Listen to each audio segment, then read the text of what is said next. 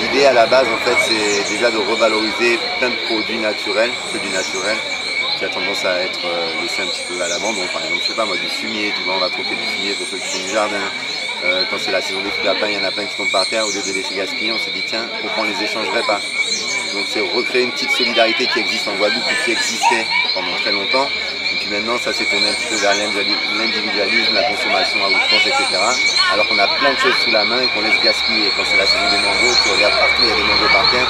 L'idée, c'est de dire tiens, au lieu de les jeter ou de les gaspiller, on va les échanger. Ça nous permet aussi de rencontrer du monde. Tu vois, c'est des petites après-midi comme ça, très sympa.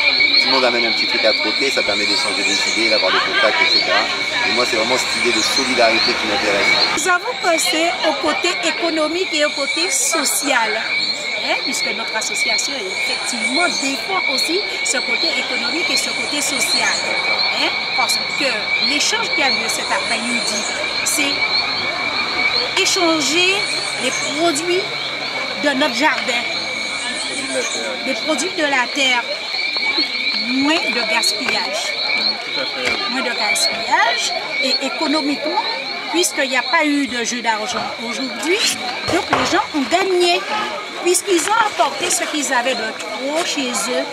J'ai emmené de la patate douce que j'ai fouillée ce matin.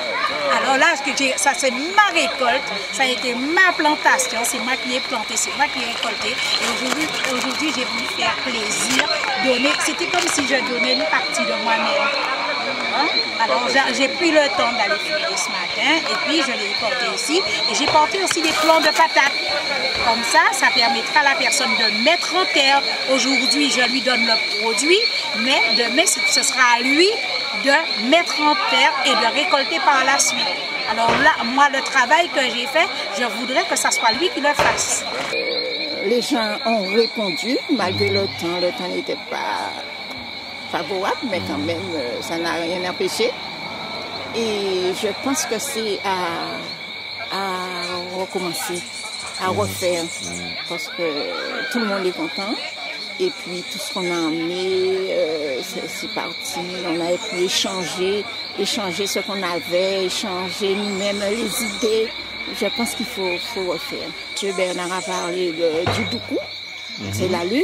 Mon père nous disait toujours, quand on va planter, il faut regarder le calendrier pour savoir quelle est la situation de la lune, si c'est la pleine lune, si c'est la nouvelle lune. Tout ce qu'il faisait, il était scieur de long quand il allait abattre l'arbre. Il fallait voir la lune, comment c'était. Ah oui, il nous disait, en telle période, si on coupe le bois, eh bien, il y a un moment, ça peut ne pas marcher, disant que si on le coupe dans une lune qui n'est pas favorable, eh bien, on peut avoir ça. Il y a l'attaque des termites. Il y a aussi la pourriture. Il y a aussi le ver moulu.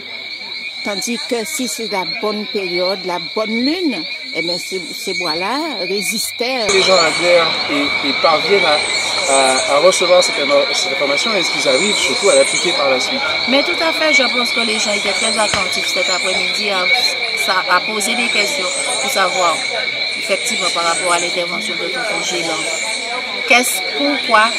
Pourquoi à telle période, qu'est-ce qui fait que... Donc, je pense que le fait de poser des questions, c'est une curiosité à satisfaire et aussi de porter aussi leur contribution parce que chacun a sa petite recette. Et je pense qu'en amalgamant le tout, portant les dires à la pratique, on arrive à se faire un petit chemin. En tout cas, le travail qui a été mis en place aujourd'hui est excellent. Moi, j'en suis épaté au sens large du terme. Et j'ai hâte de voir la suite des événements. Est-ce que tu as un message particulier à communiquer à ceux qui nous regardent en ce moment? Le troc, ça appartient à tous en fait. Donc venez échanger vos idées, venez échanger vos denrées naturelles. Nous, on reste que dans le naturel. Il y en a qui vont peut-être troquer des habits, des choses comme ça, c'est très bien aussi. Nous, on a préféré rester dans notre domaine, c'est-à-dire la nature culture. Et donc voilà, venez échanger, faites des trocs dans toutes les communes de la Guadeloupe. Comme ça, on va consommer un peu plus intelligemment, quoi. Et puis on va permettre de partager pas mal de choses avec des gens, des fois qui n'ont pas beaucoup d'argent, mais qui ont envie de consommer aussi du local et du naturel. Il faut prendre soin de ce que nous avons, surtout surtout les plantes et les fruits qui sont en phase de disparition, parce qu'il y en a pas mal. Il faut essayer de revenir à la terre, parce que c'est la terre qui sera notre avenir. Notre avenir dépend de la terre, de ce que nous allons produire.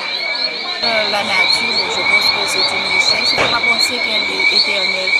Si on ne s'en occupe pas, je pense qu'elle est en péril. Et donc, de prendre conscience que ce trésor est fragile et qu'il faudrait peut-être en prendre soin. Tout ce que je peux dire aux jeunes, c'est de se rapprocher un peu des aînés.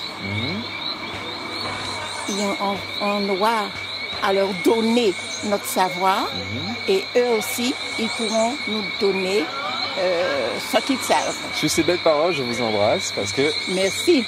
J'ai beaucoup appris avec vous aujourd'hui.